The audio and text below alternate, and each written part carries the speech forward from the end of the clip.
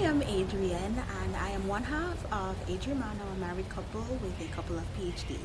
So, this is my first time doing a book review. I read tons of books, and my goal is to share them with you each month. So, each month, whatever I go through, I will record my reviews on them. My reviews will complement my Goodreads reviews.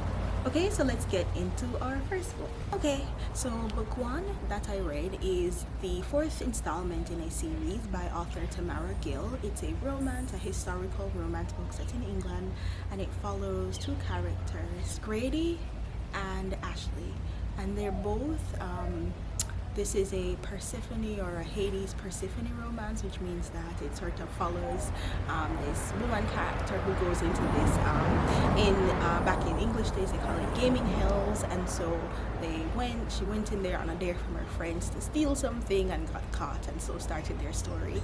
I think the story was way too short. I like reading this trope, but I think that it didn't have enough meat to the plot. I think that it was very shallow. The characters could have been developed better, and I was really disappointed. I think I only paid like 99 cents for the book, so my feelings weren't too hurt about it, but I actually think that the book had the recipe for to be a good book, but perhaps it fell prey to serialization. So there were so many installments in the series, maybe the author had to prioritize her time elsewhere. So I gave this book a 3-star out of 5 on Goodreads, but you can see more of my review there. And I read that book. I read the Kindle version of that book. I did not listen to the audiobook. Alright, so the next book up is from author Elena Armas. This book is called The American Roommate Experiment, and it's the second book in the Spanish Love Deception series by Elena Armas. So in this book we meet Rosie and Lucas. Rosie, recently she worked with the main character from the first book. She's her best friend, and she's going through a lot of personal things in her life. She recently quit her job to pursue her dream of being a romance writer.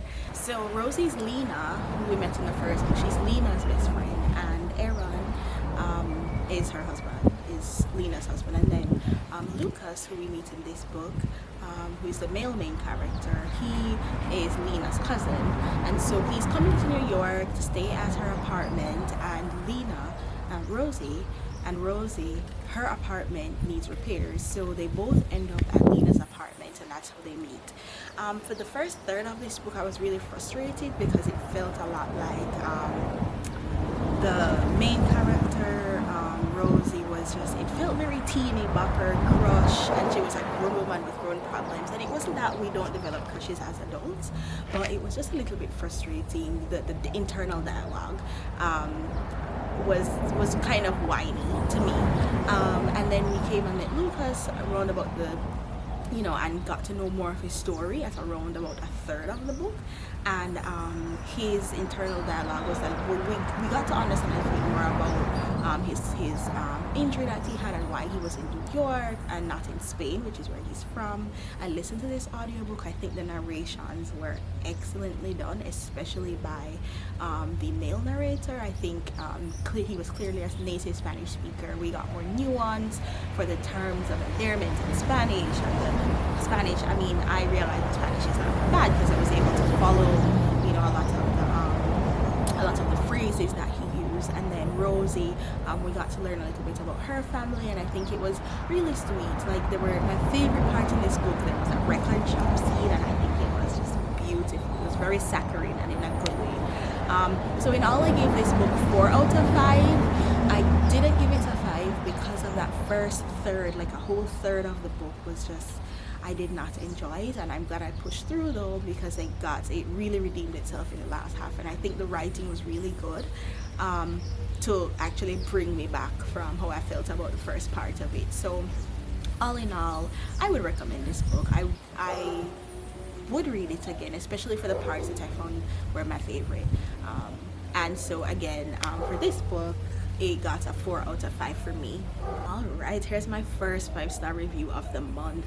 So this one is called Making of a Highlander by Eliza Brazen. This is another historical romance. If you can't tell by now, that is my favorite genre. Something about that genre just suspense time for me.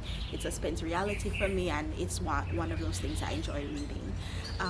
So this is the first installment in the Midnight in Scotland series, and this book followed John and Annie, who's called Mad Annie.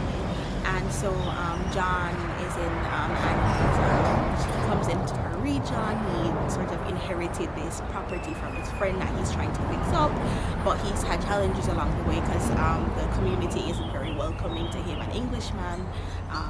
And then there's this Scottish lass who is extremely saucy and gives him a lip even before, you know, they become romantically involved. You know, in passing she'd be very just cheeky with him, and then over time that sort of wit and banter is what endeared her to him. And I loved this book. It was like a rom-com in book form, which is the best, because and what makes a rom-com to me is the banter, right? The dialogue, the discussion, and not just, oh, man sees girl, girl sees man, you know, they're attracted to each other, or not just steamy moments, but the actual conversation. And I thought that this book had a solid plot. It did have a supernatural touch to it, based on legends from that time. And I think it was just a really entertaining read. It had family drama, it had you know, it had a villain in there, it had a solid plot, and we see this Englishman, you know, be made a Highlander by this woman, and for them to, you know, fall in love and have a beautiful relationship. And this book also sets up the second installment for this series, which will come to soon. So anyways, this book was really sweet. I would read it again. I gave it 5 stars, and you can check more of my review on Goodreads. Alright, so now we're gonna talk about book number 4 that I read this month, and that is also a 5-star review for me. So that book is How to Save Babylon by Sophia Sinclair, Dr. Sophia Sinclair. She has a PhD.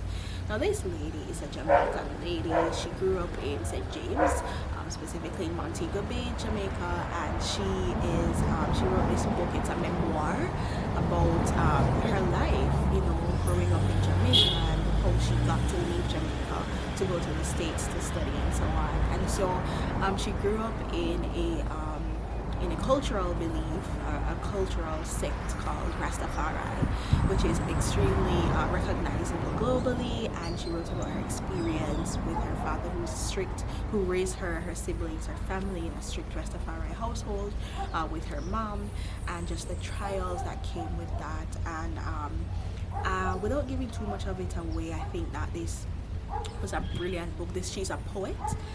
She's honed her craft for years as a poet since she was a child, coming all the way up to adulthood, and so her prose is extremely poetic. It's beautiful.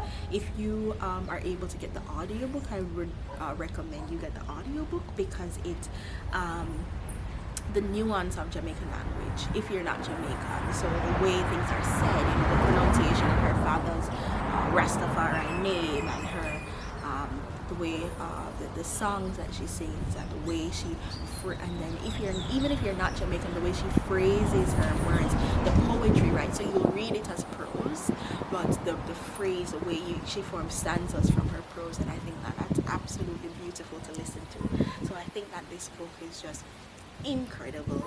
It's some people have called it life-changing, because of how much it's educational about Rasta and the way they believe, what they believe, how it came to be. It's inspirational. It's a story about, you know, fighting oppression. It's a study, as a book about upliftment. It's a book about love and enduring love. It's a book about forgiveness. There are so many things we could say about this book, so many themes that it covers. And so again, this was a 5-star for me. I'd heard about it. It made Barack Obama's 2023 list of books. It's been critically acclaimed, and rightfully so. So I think of all the books I read this month, if I were to recommend one that you have not read already, this is the book that you should read.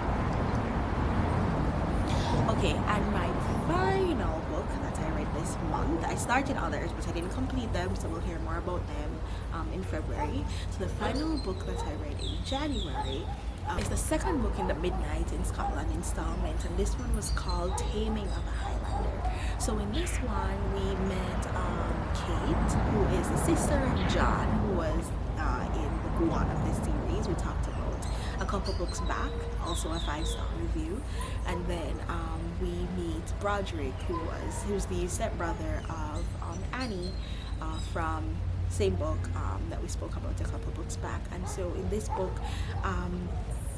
I read the description of this book and I thought that it was gonna be very boring to read. I thought Broderick was gonna be obsessed with revenging his wrongful imprisonment and those who put him there, and the pain and torture that he went through that happened in the timeline of the first book.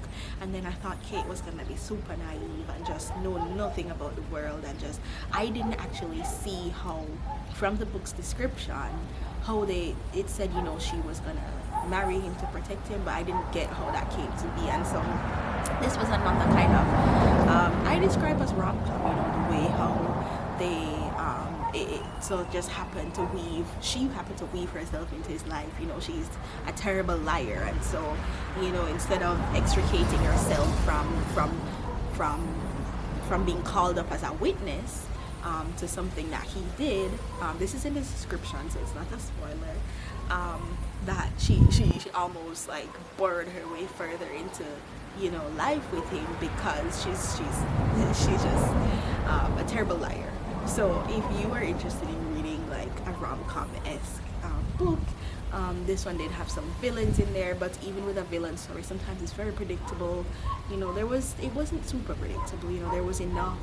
Yes, the villain was named, but now we had other characters in there that kind of added a touch of something fresh to that kind of vengeance story. It's a happily ever after, it's a romance, that's why we love them. And it was a beautiful love story. This was a rough man who had a very young woman who he just came to fall head over heels in love with her. And those are always really sweet to read. So there ends my reviews for 5 books I read this month. I completed in the month of January 2023. And if you have any recommendations for books, please feel free to leave them below. I always have a queue of books lined up on my Libby, on my my husband recommends books to me. If I see books online that are recommended, I always add a queue.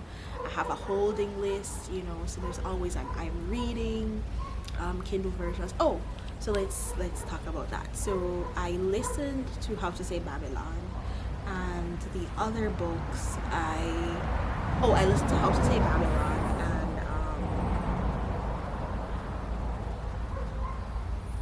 and the Elena Armas book, but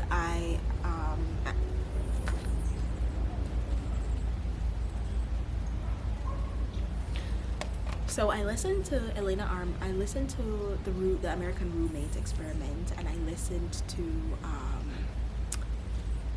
How to Say Babylon. The others I read on Kindle to give a feel, and the last 3 I would read again, and I would read the last 4 again, and the first one. So that's it.